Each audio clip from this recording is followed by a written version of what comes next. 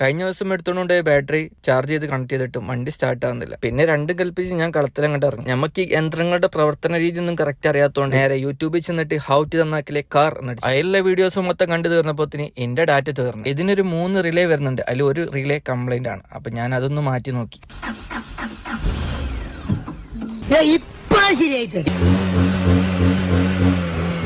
അങ്ങനെ അവസാനം നമ്മളെ വണ്ടി സ്റ്റാർട്ട് ആയിരിക്കണം സുഹൃത്തുക്കളെ. സ്റ്റാർട്ട് ചെയ്ത് നോക്കുമ്പോൾ വണ്ടി മൂവ് ആവുന്നില്ല. വണ്ടിന്റെ ടയറിന്റെ ഉള്ളിൽ ജാം ഉണ്ടെന്ന് പറഞ്ഞപ്പോൾ ജാം നിറക്കാൻ കുപ്പി വേണോ എന്ന് ചോദിച്ച ആളാണ് എന്റെ പങ്ക്. ഒരുപാട് കാലം നിർത്തിയിട്ടോണ്ട് തന്നെ മൊത്തത്തിൽ പൂപ്പല് പിടിച്ച് കിടക്കുക. പിന്നെ ഒന്നും നോക്കിയില്ല, അടുക്കളയിൽ നിന്ന് കുറച്ച് ഫെയർ എടുത്തിട്ട് കുത്തർന്ന് കിട്ടോ വരച്ച് നോക്ക് മക്കളെ നോക്ക്, അതിന്റെ ഒരു ഷൈനിങ് കണ്ടോ. ഇനി ഇവിടുന്ന് വണ്ടി എടുത്ത് നേരെ വീട്ടിലേക്ക് പോകണം.